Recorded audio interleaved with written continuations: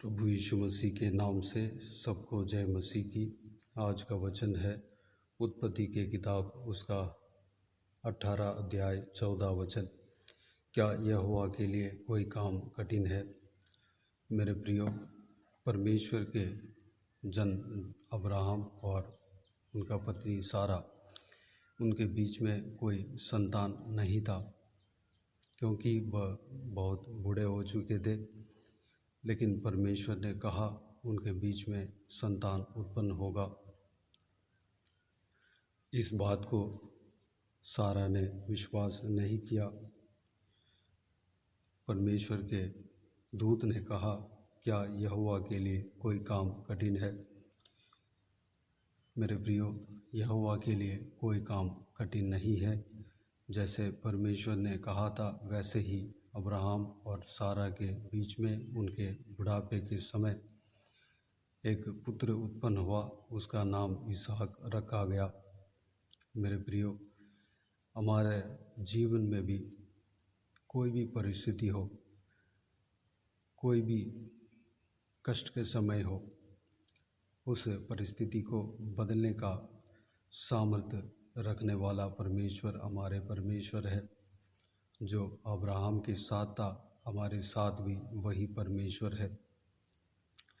अगर हम में से कोई भी कहे कि हमारा बच्चा पढ़ नहीं रहा है, उनको पढ़ाई का बुद्धि चाहिए, ज्ञान चाहिए, तो परमेश्वर से प्रार्थना करें, तो परमेश्वर उस बच्चे का पढ़ाई के लिए ज्ञान और बुद्धि देने का सामर्थ्य रखता है। उनके लिए कोई भी काम कठिन नहीं है। अगर किसी का शादी रुका हुआ है, उस परिस्थिति को बदलने का सामर्थ्य हमारे परमेश्वर रखा है। उनके लिए कोई भी काम कठिन नहीं है। अगर कोई भी बीमार है, डॉक्टर ने कह दिया यह बीमारी ठीक नहीं हो सकता, लेकिन परमेश्वर से हो सकता है। परमेश्वर उस बीमारी को ठीक करने का सामर्थ्य हमारे परमेश्वर रखा है। उनके लिए कोई भी काम कठिन नहीं है।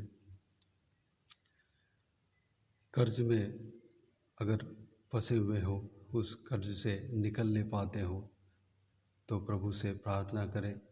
उस कर्ज से छुटकारा पाने का, छुटकारा देने का सामर्थ्य हमारे परमेश्वर रखा है। उनके लिए कोई भी काम कठिन नहीं है। तो आइए उस महान परमेश्वर को हम धन्यवाद दें, हम प्रार्थना करें। स्वर्गीय पिता, दयालु परमेश्वर, आपको धन्यवाद देता हूँ परमेश्वर। हम आपके वचन में देखते हैं कि आपके लिए कोई भी काम कठिन नहीं है। सारा कुछ, सब कुछ आपसे संभव है परमेश्वर। हमारे जीवन में भी आप कार्य करेंगे। कार्य करने वाला परमेश्वर आप हो। आपको धन्यवाद देता हूँ, आपको स्तुति करता हूँ, आपको महिमा देता हूँ परमेश्वर। पिताजी, हमारे हर एक का जीवन में कार्य करना पिता, कोई भी काम रुके हुए हो परमेश्वर, उस काम को पूरा करना पिता। कोई भी आशीष रुके हुए हो परमेश्वर, तो सारा आशीष मिलने पाए पिता। धन्यवाद। सारा कष्ट दूर होने पाए, सारा जो परेशानियों का माहौल दूर होने पाए परमेश्वर। धन्यवाद देता हूँ। सब कुछ बदलने पाए, आशीष मिलने पाए पिता। धन्यवाद देता हूँ। जो कोई भी शरीर में दुर्बलता है, बीमार है परमेश्वर, उनको ठीक करना प्रभु यीशु मसीह के नाम से चंगा होने पाए, चमत्कार करना परमेश्वर। धन्यवाद देता हूँ पिताजी। आप उस बीमारी को ठीक करेंगे, आपको धन्यवाद देता हूँ परमेश्वर। जो अगर पढ़ाई में कमज़ोर हो परमेश्वर, हालेलुया, उनको पढ़ाई का आशीष देना पिता। उनको ज्ञान और बुद्धि देना, उनका भविष्य को आशीष देना पिता। उनका सोचने से अधिक उन्हें आशीष देकर परमेश्वर उन्हें पिताजी ऊंचे पद में रखना पिता।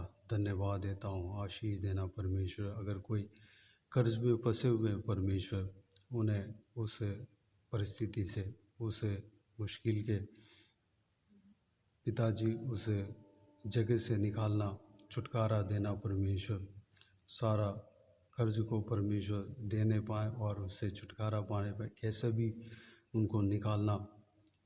पिताजी जिनको शादी नहीं हुआ परमेश्वर, शादी रुके हुए और उम्र ज़्यादा बढ़ रहे हैं परमेश्वर, हालेलुया, उनको शादी कराना पिता, धन्यवाद देता हूँ। पिताजी एक सही उनका जीवन साथी देना, शादी कराना पिता, धन्यवाद देता हूँ परमेश्वर। हम जो कोई भी सोचते हैं कि उससे बढ़कर आप करने वाला परमेश्वर आप हो पिता, धन्यवाद देता हूँ परमेश्वर। जिनको संतान नहीं है पिता, उनको संतान देकर आशीष देना परमेश्वर।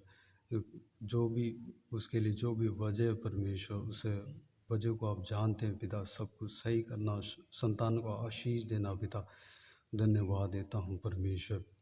आप सब कुछ संभालना, धन्यवाद देता हूँ। सभी को आशीष देना पिता, धन्यवाद देता हूँ परमेश्वर। सारा जलाल और महिमा आपको मिलते रहे। सारा दुआओं को प्रभु यीशु मसीह के नाम से मांगते हैं, सुन और ग्रहण कर, आमीन आमीन।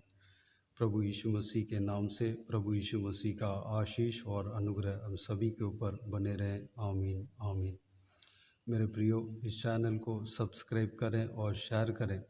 अगर किसी को भी प्रार्थना का विषय हो तो इस नंबर पर जो डिस्क्रिप्शन में है, व्हाट्सएप के ज़रिए मैसेज कर सकते हैं या टाइप कर सकते हैं या वॉइस मैसेज भेज सकते हैं। आपके लिए प्रार्थना किए जाएंगे। प्रभु यीशु आप सबको आशीष दे, आमीन आमीन।